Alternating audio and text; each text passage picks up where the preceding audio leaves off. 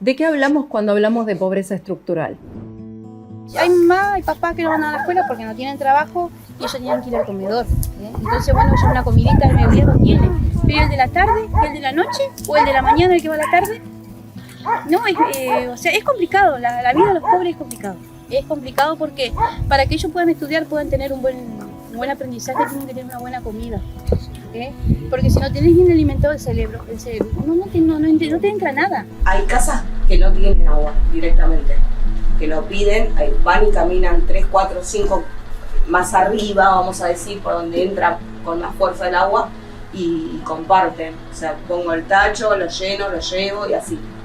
Abandonado por el tema de que no tenemos luz, el tema del agua, que ahora yo tuve que hacer un sacrificio para comprar una bomba para poder tener agua, porque si no, no se puede tener el agua. No hay agua que digamos. Ya gustos no tengo, no hay gustos, porque en este momento hay que comer. No hay gustos, no podemos dar. Vas a comprar una crema o una loción, no sé. Yo no lo puedo, por ahora no puedo. Yo antes, bajo mesada, donde guardo las mercaderías, tenía lleno, tenía 4 o 5 paquetes de fideo, arroz. Ahora no hay, aceite, todo eso. Ahora no tengo. Compraba detergente, ahora tengo la mitad del frasco y no tengo más. Hasta que no vuelva a comprar, ¿no? Es una miseria terrible, ¿eh? Parece que no, pero antes comíamos seguido carne, ahora de vez en cuando. Milanesa ni sé lo que es. No, es terrible. Yo veo más pobrezas en los niños, veo la necesidad, les falta el calzado, les falta el alimento. Porque una persona, si no se alimenta, un niño, una madre, si no tiene para alimentar a su hijo, ¿qué le vas a dar? El cerebro no le da, pobrecitos, están re mal los chicos, están débiles. Ahora vivimos enrejados, vivimos con miedo. Y eso es tristeza y miedo. Es lo que se apoderó de la Argentina. Y más para los más necesitados, que somos los trabajadores. Y eso, que necesitamos eso, seguridad, salud, porque también la salud es muy primordial. Los hospitales están muy deteriorados, no hay médicos, está muy abandonado todo, no hay medicamentos, te dan un turno de acá al otro mes y cuando llegás al turno no tenés tu medicación. Una sola vez al día. Cocinamos a la noche y a la tarde, así del día, le doy leche, mate cocido o algo así. No tener plata, no tener para cocinar a los chicos. Acá no tenés para salir de urgencia, si tenés alguna urgencia, no tenés remis, no tenés nada. Si necesitas salir de alguna urgencia, tenés que salir del barrio y conseguir un remis. Empiezan la escuela y no tengo para comprar las cosas a la escuela. Tengo las nenas que empiezan la secundaria y no tenemos para comprar las cosas, pues está muy cara. Y sola no puedo. Y futuro me gustaría que estudien y sean alguien el día de mañana, no como nosotros que tenemos que revolver basura o depender de un plan para darle de comer a nuestros hijos. La pobreza estructural no es solo que no te alcance la plata para llegar a fin de mes y cubrir una canasta básica alimentaria. La pobreza estructural es también que vivas en una vivienda precaria, hacinado, sin cloaca, sin agua potable, sin luz, sin asfalto, sin iluminación, sin ni siquiera poder llevar a tus chicos a la escuela cuando llueve porque se inunda. Por eso decimos que la pobreza estructural es multidimensional, porque no solo te afecta en lo que ganas, te afecta en tu capacidad de acceder a la educación, a la salud, a servicios básicos, a la seguridad, incluso un trabajo digno. Vivir en pobreza estructural es arrancar la vida varios puestos atrás de la línea de largada. Muchos de quienes hoy viven en situación de pobreza estructural son hijos e incluso nietos de padres y abuelos que vivieron en situación de pobreza estructural. La pobreza se convirtió en la Argentina, para un conjunto de argentinos, en una herencia que se transmite de generación en generación. ¿Qué dicen los datos de pobreza en Argentina? ¿Cómo fue que llegamos a esta situación? ¿Cuáles son las causas para que exista y permanezca la pobreza estructural en la Argentina a pesar de 40 años de democracia? En este video vamos a ver todo eso y cuáles fueron las políticas exitosas en otros países del mundo.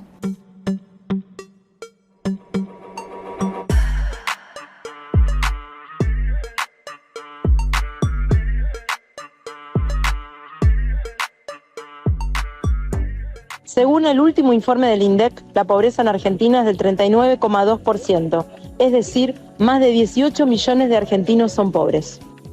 Desde el gobierno resaltan todo el tiempo que la Argentina está creciendo, que nuestra economía crece, pero al mismo tiempo aumentan los niveles de pobreza. ¿Por qué? Una sola palabra: inflación. La Argentina tiene una de las inflaciones más altas del mundo y más altas también de nuestra historia, como ya explicamos en otro video. Si bien las comparaciones entre países no son lo más preciso, vale la pena que nos detengamos en cómo está la Argentina. Argentina es el sexto país más pobre de América Latina y el segundo de Sudamérica, solamente superado por Colombia. Si nos detenemos en pobreza infantil, los datos de UNICEF son todavía más alarmantes. 2 de cada 3 chicos en Argentina son pobres. Ahora, ¿qué hay detrás de estas cifras? María colabora desde hace muchos años en un comedor de la zona norte de la provincia de Buenos Aires. Ella convive todos los días con personas que viven en situación de pobreza. Escuchémosla. Son familias que están luchando muchísimo por insertarse laboralmente, pero cada vez les cuesta más. Son familias muy numerosas, viven muchas familias en un espacio, no tienen los servicios que deberían tener, como red cloacal, agua, gas. Están llegando de a poquito algunas soluciones, pero no es para todos, porque es un costo adicional que les cuesta muchísimo solventarlo.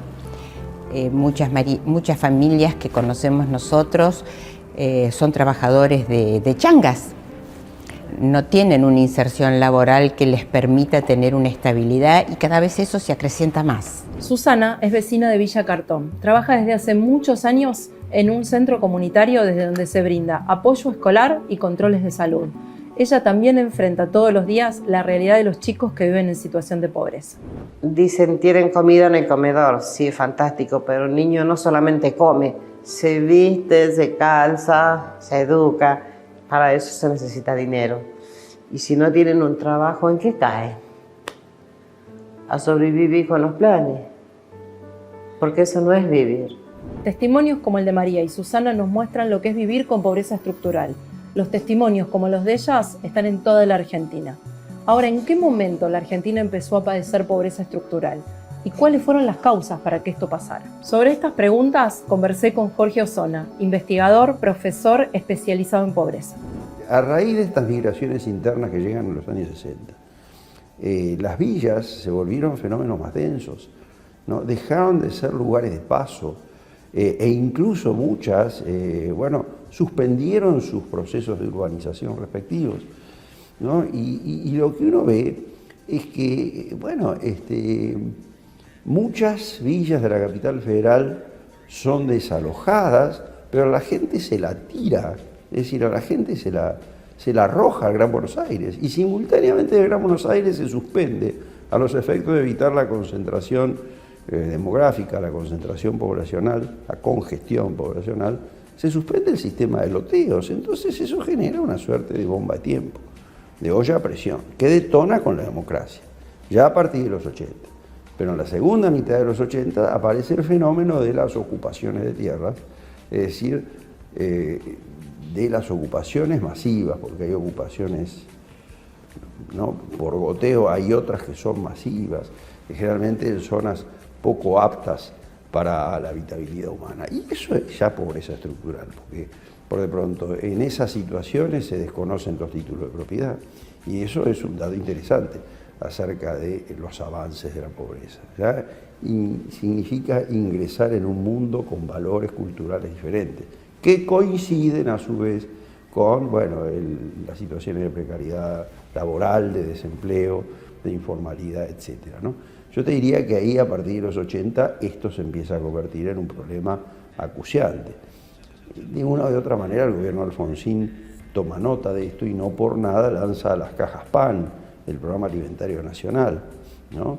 Y después se produce la hiperinflación de 1989. Ahí tenés dos hechos, la hiperinflación de 1989 y la hiperrecesión que empieza más o menos en 1998, el último trimestre de 1998, y que culmina en el 2001, donde, la pobreza se consolida, ¿no?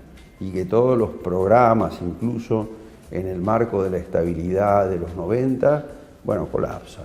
es decir, los procesos, por ejemplo, de urbanización de los asentamientos, de los nuevos asentamientos, se paralizan. Bueno, y tienden muchos a tuburizarse, ¿no? Bueno, y ahí uno ya se topa con el fenómeno de la pobreza estructural. Ahora, después, durante los años 2000, hay un nuevo ciclo de auge. Lo que uno ve es que, bueno, efectivamente la pobreza baja. La pobreza que se había posado en un 35% más o menos a fines de la década del 90, bueno, sube al 53% a raíz de la crisis del 2001. Ahora después, en los años de crecimiento a tasas chinas, ¿no? del kirchnerismo, 2004, 2005, 2006, hasta el 2007, pues que la economía crece, pero que la pobreza nunca perfora, la pobreza estructural nunca perfora el piso del 25%. Y eso ¿no? da cuenta de un problema estructural.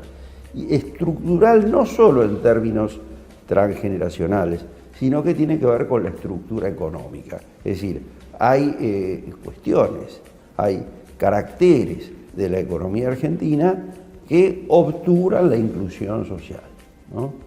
Y que tienen que ver con toda una serie de procesos más complejos, ¿no? Bueno, ahora, fundamentalmente la revolución tecnológica, ¿no? Y el deterioro de un sistema educativo capaz de preparar a la gente en las nuevas tecnologías como para darles trabajos de recambio, trabajos en actividades que requieren de mayor calificación. Cada vez que hablamos de pobreza en Argentina es inevitable pensar en el fracaso de las políticas sociales de las últimas décadas. Si tuviéramos que armar una cronología de la evolución de los planes sociales, esta podría comenzar en 1995 con el programa Trabajar, durante la presidencia de Menem. A este le siguió en 2002 el Plan Jefes y Jefas de Hogar, creado por Duhalde luego del estallido social del 2001. Durante el kirchnerismo no solo se mantuvo la política de planes sociales, sino que se siguió ampliando. Así, en 2005, se creó el Plan Familias por la Inclusión Social, que años después se transformaría en la Asignación Universal por Hijo. Y en el 2009, mismo año en que se creó la Asignación Universal por Hijo, también se lanzó el Programa de Inversión Social con Trabajo, más conocido como Argentina Trabaja. En paralelo al crecimiento de los planes, aparecieron los intermediarios, los que se convirtieron en administradores de la política social en ausencia del Estado. Así, aparecieron punteros o cooperativas, aliados de intendentes o de otros políticos que les permitían hacer política en los barrios más pobres a través del clientelismo. Hay una primera generación de referentes que surge durante los años 80 y 90, ¿no? Y que son los que más bien están asociados con los intendentes.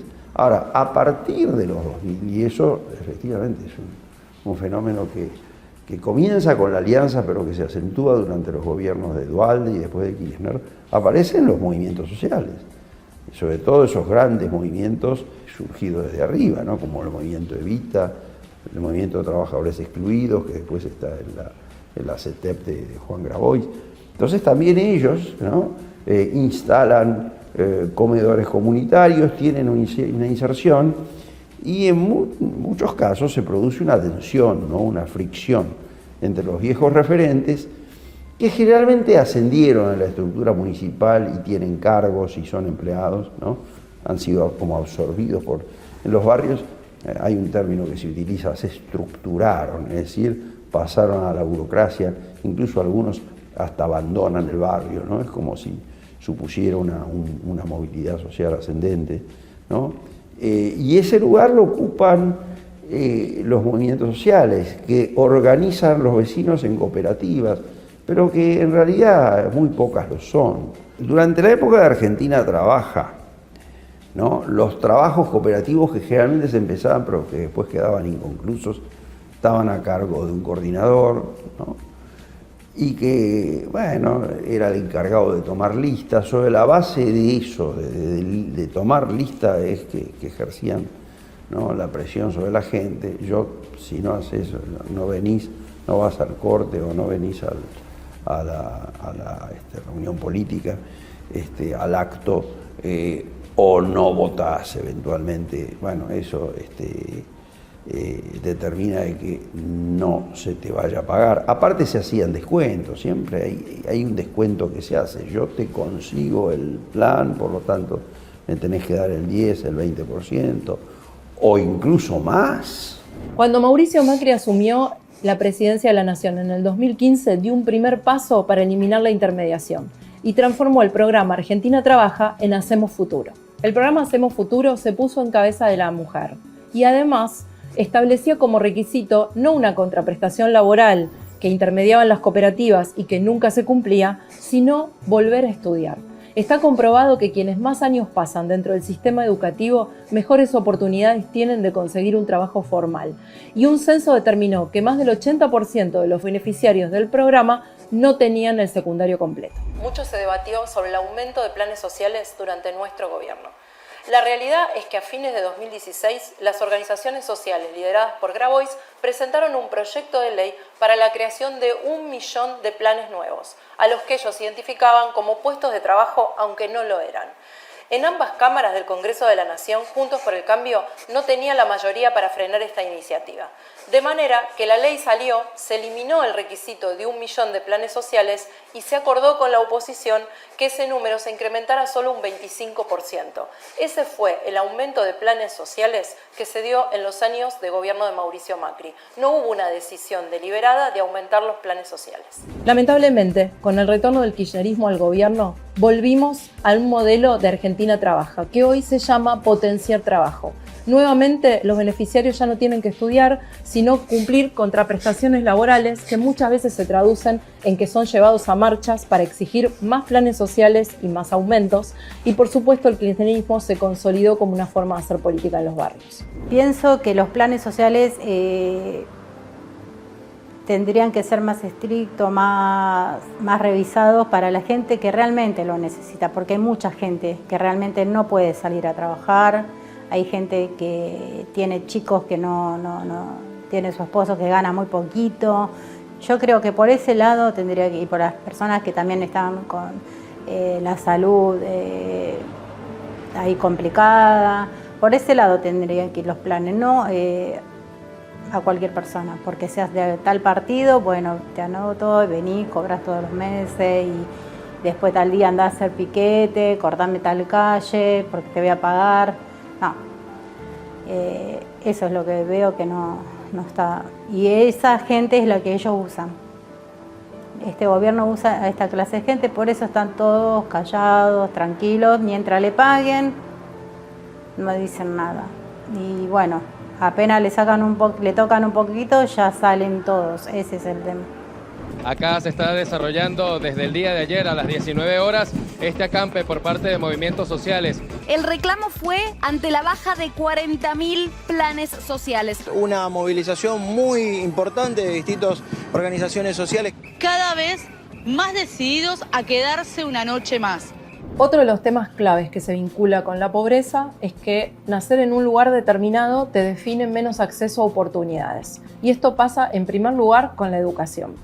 En la escuela primaria y secundaria, solamente 16 de cada 100 chicos que empiezan terminan la secundaria en tiempo y con lo que necesita conocer de lengua y matemática.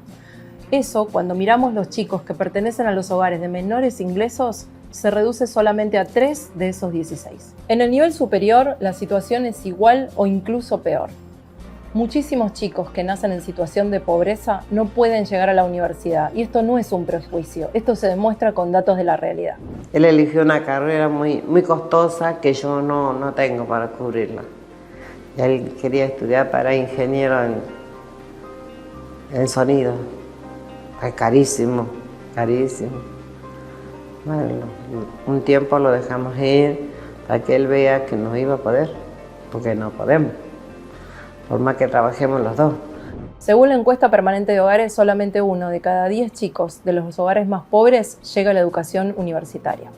Esta desigualdad no solamente afecta y viola el derecho a la educación de los jóvenes que podrían ir a la universidad y nacen en hogares pobres, sino que además les impide salir de la pobreza.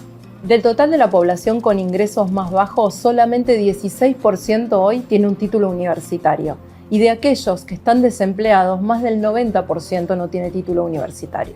En otras palabras, a menor nivel educativo, menores posibilidades de conseguir un empleo formal. Así todo, siguen habiendo historias de muchos jóvenes que a pesar de las dificultades logran tener un título universitario. Escuchemos el testimonio de Cindy, que a pesar de enfrentar muchas dificultades, está por recibirse de contadora y trabaja. Nosotros crecimos con mi familia, nos vivíamos en Núñez y después papá pudo comprar una casita acá en el barrio Libertador y todos vivimos ahí en un buen ambiente, compartíamos la misma pieza con mi papá y yo, y después ya de más grande pudo construir la casa.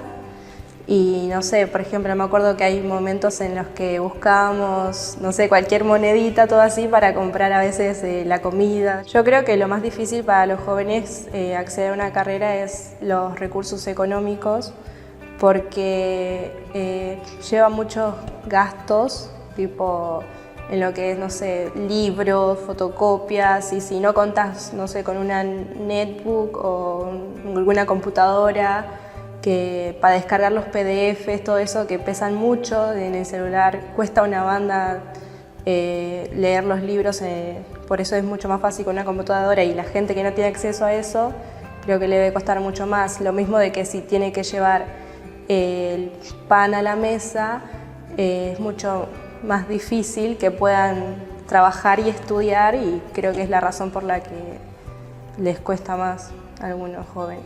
Si observamos el problema de la pobreza estructural en serio, hay 3 cosas que no pueden dejar de hacerse. El primer eje es abordar la primera infancia. Hoy 2 de cada 3 chicos menores de 14 años en Argentina son pobres. Sabemos que los primeros años de vida, desde el embarazo, son fundamentales para el desarrollo de una persona. La alimentación, el acceso a controles de salud, a vacunas, a medicamentos y también la posibilidad de ir a un jardín de infantes define las condiciones en las que uno arranca el nivel primario. Por eso es clave atender las necesidades desde el embarazo y durante los primeros años de vida. Esto fue lo que hicimos a partir de 2016 con el Plan Nacional de Primera Infancia, desde el Ministerio liderado por Carolina Stanley. A través de este plan se crearon más de 1.500 espacios de primera infancia en todo el país, destinados al cuidado y al abordaje integral de niñas y niños en sus primeros 4 años de vida. También se brindó acompañamiento familiar a padres y madres de contextos vulnerables para la crianza de sus hijos, y se llevaron adelante estrategias de prevención y recuperación de la malnutrición infantil. Al mismo tiempo, en la provincia de Buenos Aires, llevábamos adelante otras políticas sociales que van en la misma dirección. El Plan Más Vida para el fortalecimiento nutricional de familias en situación de vulnerabilidad social, embarazadas, madres en periodo de lactancia y niños hasta el ingreso en el sistema educativo primario. El programa Un Vaso de Leche por Día, para que todos los chicos y las mamás embarazadas contaran con los nutrientes necesarios y crecieran sanos y fuertes, y universalizamos la cobertura del servicio de desayuno y merienda en todos los comedores escolares. Todos los chicos, cualquier fuera el lugar donde nacían, llegaban a la escuela y desayunaban o merendaban. Sobre esto conversé con Santiago López Medrano, ex ministro de Desarrollo Social de nuestro gobierno en la provincia. Bueno, cuando nosotros llegamos a la provincia, vos lo sabés perfectamente, la situación financiera de la provincia era súper compleja y los programas sociales eran una realidad que iba de la mano de eso. Yo me acuerdo de los primeros días de gestión, lo que cuando empezábamos a mirar números eran todos atrasos de 6 meses, 8 meses en transferencias de becas, por ejemplo, para primera infancia, o el mismo SAE. El SAE es un eje central, son casi 2 millones de chicos que todos los días en escuelas públicas de la provincia desayunan o meriendan. Y no solo no se transferían los fondos, sino que el monto que se transfería era muy bajo. Yo me acuerdo, si no me equivoco, eran 6 pesos con 30 por almuerzo y 2,85 por desayuno o merienda. Y hubo 2 decisiones que vos tomaste que cambiaron un poco el rumbo, que fueron: una, regularizar pagos, que eso permite planificar y que el que tiene que salir a comprar y a contratar lo puede hacer. Y la otra era un incremento muy fuerte. Nosotros terminamos la gestión con casi un poquito más de un 400% de aumento en los valores del SAE. Es decir, que en 4 años claramente le ganamos y mucho a la inflación, pero después hubo una cosa importante que fue, por primera vez, hacer un abordaje científico-nutricional de qué estaban comiendo los chicos en las escuelas. Y ahí creo que hicimos un trabajo que yo tengo un gran recuerdo, porque hay un indicador que para mí lo grafica, es: nosotros arrancamos con un desayuno de cada 10, solo un desayuno de cada 10 tenía leche en la provincia de Buenos Aires en el 2015. Y nos fuimos con 9 de cada 10. Y siempre me queda pendiente ese uno que uno hubiera querido lograr. Pero me parece que es una buena muestra de un trabajo que tuvo que ver con nutricionistas, con trabajadores sociales, con salir mucho al campo. Nosotros pesábamos todos los días y medíamos el plato de comida, armamos menús en consenso con los municipios. una decisión que vos tomaste que en su momento fue bastante cuestionada por algunos sectores y que después se demostró que estuvo bien, que fue transferir la administración del SAE a aquellos municipios que querían hacerse cargo. Y tenía todo el sentido del mundo. Un municipio promedio contrata alimentos para sus hogares de ancianos, para sus jardines maternales, para el hospital municipal. Entonces, ¿por qué no iba a hacerlo con mucha más capacidad y expertise? Nosotros armamos un pliego modelo, implementamos un sistema de control de proveedores, que era algo que nunca se hizo en la provincia de Buenos Aires. Bueno, todo eso trajo ese resultado, son esos 9 desayunos con leche. Después cambió la gestión, vino la pandemia cerró escuelas y por lo tanto cerró comedores, y hoy el servicio alimentario escolar está universalizado, entre comillas, con reparto de bolsones de comida. Yo lo hablaba otra vez con algún funcionario municipal y decía, es la caja pan de Alfonsín de los años 80, le han cambiado el nombre, pero en esencia sigue siendo lo mismo. Pero yo creo que fue una política central y aparte empezamos a medir que eso también tenía impacto en el aprendizaje, que esa mejora que hacíamos de la alimentación y ese seguimiento de la alimentación generaba impacto beneficioso en el aprendizaje. Por supuesto, hay mucho que se puede seguir haciendo en términos de primera infancia en Argentina. Y tenemos un modelo muy cercano, que es el Plan CAIF de Uruguay. En 1988, por iniciativa del político e investigador Juan Pablo Terra, se crearon los primeros centros de atención a la infancia y la familia, a partir de alianzas entre el Estado y las organizaciones civiles. Se trata de centros socioeducativos de primera infancia, que buscan garantizar la protección y promoción de los derechos de los niños y niñas desde el embarazo hasta los 3 años, partiendo de una perspectiva familiar. A más de 30 años de su implementación, este plan cuenta con más de 400 centros distribuidos en todo Uruguay y logró convertirse en una política de Estado de referencia a nivel internacional en cuanto a atención de primera infancia. Sobre el éxito del Plan CAIF hablé con Pablo Martínez Bengochea, director y economista del Instituto Terra. Los ejes del plan que han contribuido a su éxito son básicamente que es un abordaje integral, ¿verdad?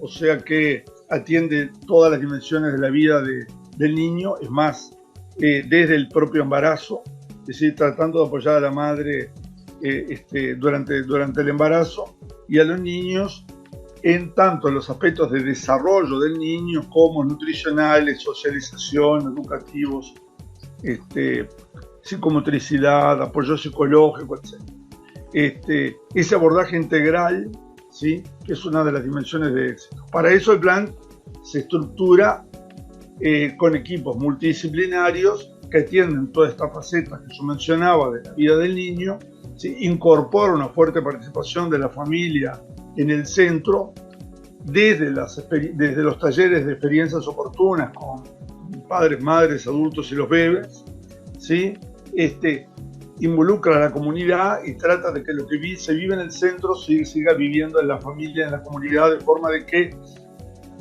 el transcurrir de la vida del niño tenga sus apoyos también en el hogar. Ha habido evaluaciones que han medido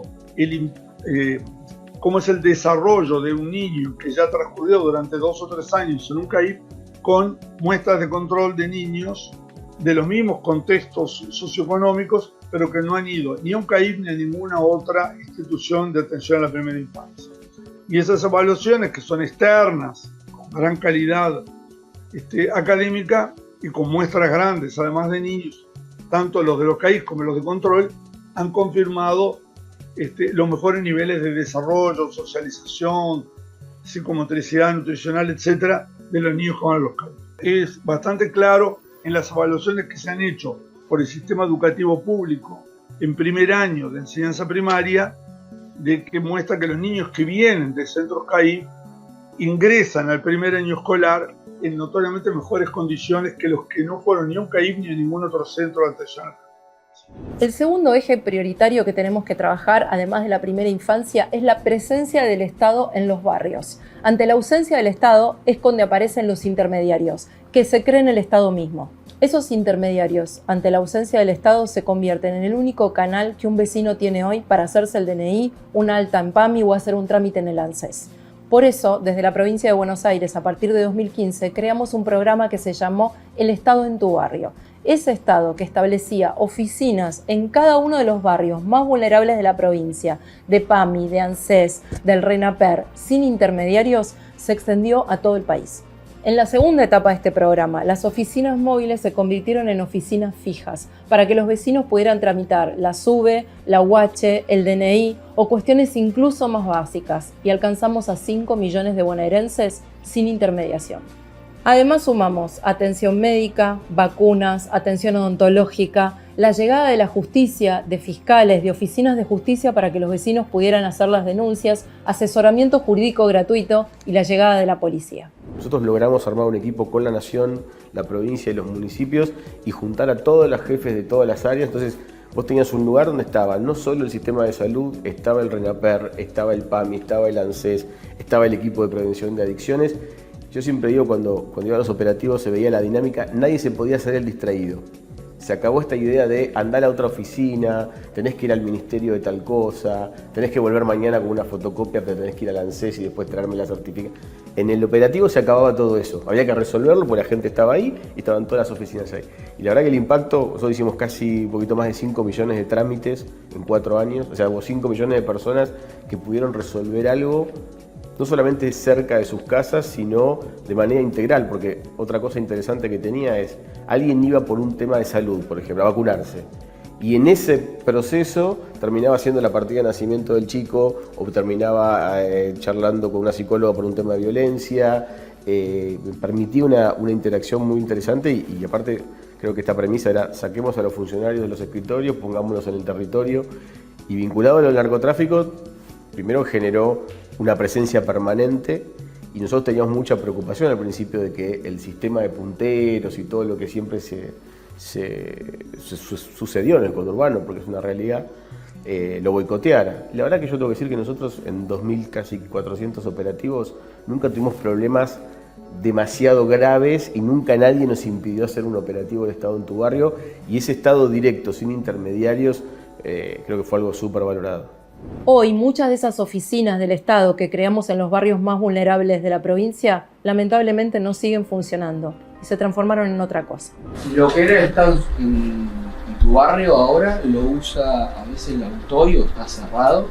La dependencia de nosotros de atención al vecino está muy municipalizada y no es un servicio público al vecino, sino que ahí está la concejal del barrio y se usa políticamente. De hecho, muchos de los servicios que se daban ahí no se dan y es todo en función de si ideológicamente estás con ellos o no. El tercer eje prioritario para combatir la pobreza estructural es la integración sociourbana.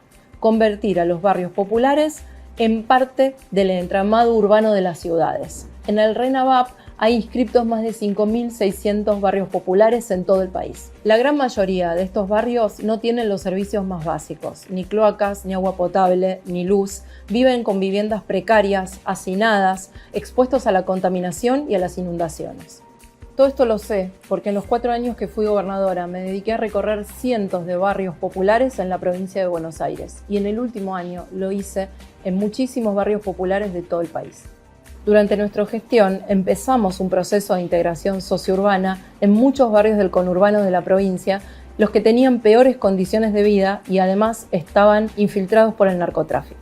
En esos barrios no solamente asfaltamos, llevamos cloaca, agua potable, iluminación, recolección de residuos, prevención de inundaciones.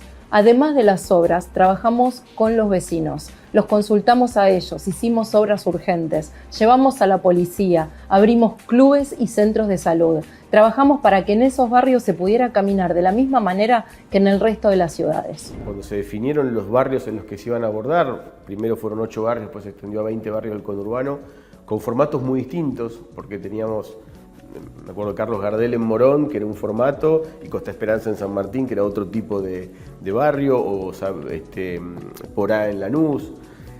Y la verdad es que haber podido coordinar esto, decir, bueno, mira, salud, educación, desarrollo social, todos bajamos al barrio al mismo tiempo, de manera coordinada, las obras de infraestructura que se llevaban en simultáneo, porque no fue un operativo, era un plan conversado con los vecinos, hubo un trabajo muy, pero muy fuerte de discusión comunitaria y de siempre son barrios que durante años les han ido a prometer cosas que nunca sucedieron y van de frustración en frustración. Bueno, ahí se pudo lograr romper con eso y todavía pasa que vas a determinados lugares y está el recuerdo de que la cloaca finalmente llegó cuando estuvo el Opisu, que se pudo hacer la avenida y un tema central que era la intervención de la policía de la provincia y de todo lo que tenía que ver con combate al narcotráfico en simultáneo. Y eso hoy hay un contraste enorme porque te lo dice cualquier mujer de un barrio, te dice hoy no están más no estaban los tranzas y volvieron, se cerraron tantos búnkers y ahora todo eso volvió a surgir. La verdad que fue, yo creo que es el modelo a seguir y de hecho teníamos todo un plan para escalarlo en el futuro. Y antes del 2016 estaba bastante precario. No tenía desagües, no había calles ni pavimentos, era todo de tierra. Había una salita también precaria, que hoy en día, que estamos en el 2023, cambió mucho el barrio. Hoy tenemos cloacas, tenemos calle pavimentada, la salita se refaccionó, que para mí lo más importante es el centro de salud y también las calles, porque antes, en el 2016, antes cuando íbamos al colegio, los chicos, cuando llovía no se podía porque era todo barro. Hoy en día pueden salir y ir al colegio, ir a su escuela tranquilamente. Yo creo, lo que uno dejó lo tendría que haber seguido la otra gestión y no se siguió a mitad y se quedó ahí. Hay lugares donde no se terminaron. Muchas de esas obras y de ese proceso estuvieron inspirados en otros procesos que sí fueron exitosos en América Latina, como el caso de Medellín de Colombia. Y sobre las claves de este proceso, conversé con Jorge Melguizo, uno de los referentes de la integración sociourbana en Medellín. El desafío era cómo intervenimos de manera articulada, de manera integral, en los grandes problemas estructurales de la ciudad, no solo en los coyunturales, para disminuir la muerte violenta, pero también para generar una ciudad distinta. Y en ese camino de construir una ciudad distinta nos dimos cuenta que lo verdaderamente transformador tenía que ser construir una sociedad distinta, no solo una ciudad. Por lo tanto, tuvimos una definición que yo creo que resume todo, y es que lo que hemos hecho en Medellín durante los últimos 30 años, con mucha fuerza en los últimos 18, es un profundo proyecto de transformación social, educativa y cultural, con contenidos y resultados urbanos. ¿Qué tipo de sociedad queremos y podemos ser y qué tipo de obras físicas se necesitan para eso? Y las dos estrategias principales. Uno, las alianzas entre todos los sectores de la sociedad, entre gobierno nacional, gobierno departamental y gobierno municipal de Medellín, y las alianzas de esos gobiernos con empresas privadas, con universidades públicas y privadas, con organizaciones no gubernamentales, con organizaciones sociales, con comunidades de base. Una alianza que nos permita asumir como desafío colectivo ese fracaso colectivo de ciudad que éramos. Pero la segunda clave es la definición de unos proyectos urbanos integrales. ¿Qué es eso? La posibilidad de entrar a los barrios, a los territorios de la ciudad con mayores violencias, con mayores pobrezas y con mayores densidades poblacionales de una manera articulada e integral con todas las secretarías del gobierno municipal, pero con esas alianzas construidas colectivamente para hacer intervenciones que tuvieran indicadores comunes, no indicadores sectoriales, sino indicadores territoriales y poblacionales, convivencia, oportunidades, derechos, mejoramiento integral de la calidad de vida. Y esa intervención es de lo que hoy se habla en Medellín, una manera distinta de abordar la gestión pública en los territorios de mayor pobreza, de mayores violencias y de mayor densidad poblacional. Si ustedes ven en Medellín, hay el 100% de nuestros barrios, una ciudad de 2,5 millones de habitantes, tiene servicios públicos. 100% agua potable, 100% energía, 100% calles asfaltadas, 100% alcantarillados, 90% de gas domiciliario, en fin, pero transporte público de la máxima calidad, metro, metrocable, teleféricos, tranvías, líneas integradas de buses, en fin, a todos los barrios de mayor pobreza y antes de mayores violencias, pero también en todos estos barrios encontrás equipamientos culturales, educativos, deportivos y recreativos de la máxima calidad, con una premisa: tenemos que hacer los mejores espacios públicos, los mejores equipamientos públicos en los barrios de mayor pobreza, que se conviertan en símbolos, en valores agregados de esos procesos de transformación. Hay que hacer calles, sí, hay que hacer cordón cuneta, sí, hay que hacer alcantarillado, sí, pero eso no es suficiente. Lo que ha transformado realmente la vida de Medellín son los espacios culturales, deportivos, recreativos y educativos, los parques, bibliotecas, las unidades de vida articulada, los centros de desarrollo cultural de Moravia, las escuelas de música, las unidades deportivas de altísima calidad en esos barrios. Y todo eso englobado en algo que es fundamental, el fortalecimiento de las organizaciones comunitarias de base. Sin esas organizaciones, la sostenibilidad de los proyectos es muy difícil. Pero ojo, lo voy a decir con tranquilidad, el fortalecimiento de organizaciones reales, no de esto que ustedes llaman los punteros o los referentes, que en muchos casos son básicamente extorsionistas de lo público. Ustedes tienen en muchos de esos punteros unos extorsionistas profesionales que privatizan lo público en las villas y en los asentamientos y que hacen un trabajo político pero para privatizar lo público, no un trabajo para consolidar lo público y menos un trabajo para consolidar una ciudadanía. Nosotros lo que hemos hecho en Medellín es un fortalecimiento de las organizaciones comunitarias de base para que sean los actores de los cuales dependa la sostenibilidad, para que la sostenibilidad de todos estos proyectos pueda ser posible, incluso con el cambio de gobiernos cada 4 años, pero incluso con el cambio de partidos políticos en el gobierno cada 4 años. La sostenibilidad tiene que depender de esa capacidad instalada, social, empresarial, privada, comunitaria, y del fortalecimiento de instituciones que se den en la ciudad. Finalmente, todos esos ejes que mencionó no alcanzan si no convertimos los planes sociales en trabajo. Y ese es probablemente uno de los ejes más importantes de lo que tenemos que hacer en materia de pobreza estructural. En esa línea, el año pasado presenté en el Congreso el proyecto de ley Dignidad, menos programas, más empleo, para reconvertir los planes sociales en trabajo. Es un camino que va a llevar tiempo, pero que tenemos que empezar desde el primer día.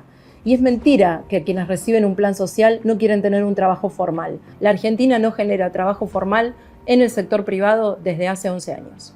Un ejemplo de esto lo podemos ver en La Juanita, la cooperativa de La Matanza, donde se promueve el trabajo formal independiente de los planes sociales. La cooperativa nace a fines de los 90 como un desprendimiento del movimiento de trabajadores desocupados de La Matanza por no querer aceptar los planes sociales, porque dentro de ese movimiento había un grupo que creía que tenía su fuerza productiva intacta y creían ellos como trabajadores y querían recuperar su dignidad a través del trabajo. Entonces decidieron generar un proyecto. Estaba este edificio que era una escuela abandonada, la tomaron, hablaron con las docentes que manejaban esa escuela y firmaron un comodato para crear una cooperativa con distintas unidades productivas.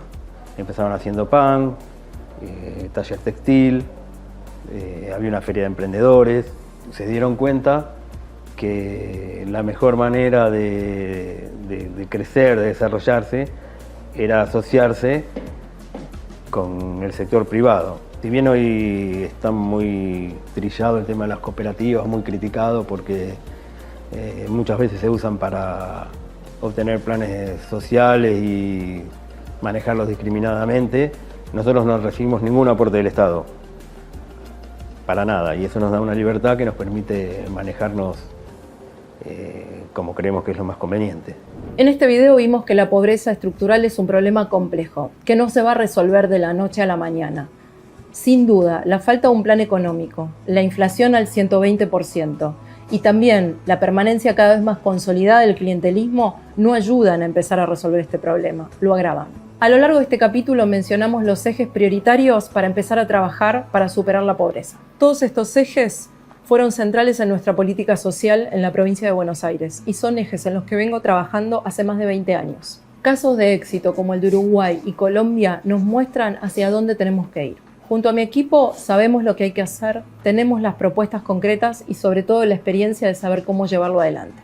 Creo en una Argentina donde la política social no sea un favor que le debes a un puntero, a un dueño de una cooperativa o a cualquier tipo de intermediario, sino un derecho que te tiene que dar el Estado. También creo que los planes no son para siempre, que tienen que ser temporales y que la Argentina que de verdad saca la pobreza es la que genera empleo privado formal. Por eso es tan importante tener un plan económico consistente, sin dejar de trabajar en la primera infancia, en la integración sociourbana y en que el Estado esté presente en esos barrios para que no estén los punteros. Que la ayuda social sea independiente de la política partidaria es muy importante, Si no, seguimos tomando de rehenes a más del 40% de los argentinos. La pobreza la conozco y yo la enfrenté a la pobreza y le gané. Y yo pienso, o sea, yo hablo con mis vecinos y le digo siempre lo mismo. Ser pobre no significa que no vales para nada. Ser pobre significa que llegó la hora de pelear, de lucharla, de conseguir lo que querés para vos y tus hijos. ¿Y vos, cómo ves el problema de la pobreza en la Argentina? ¿Cuáles crees que son las demandas más urgentes? ¿Qué pensás sobre las ideas que te comentamos en este video?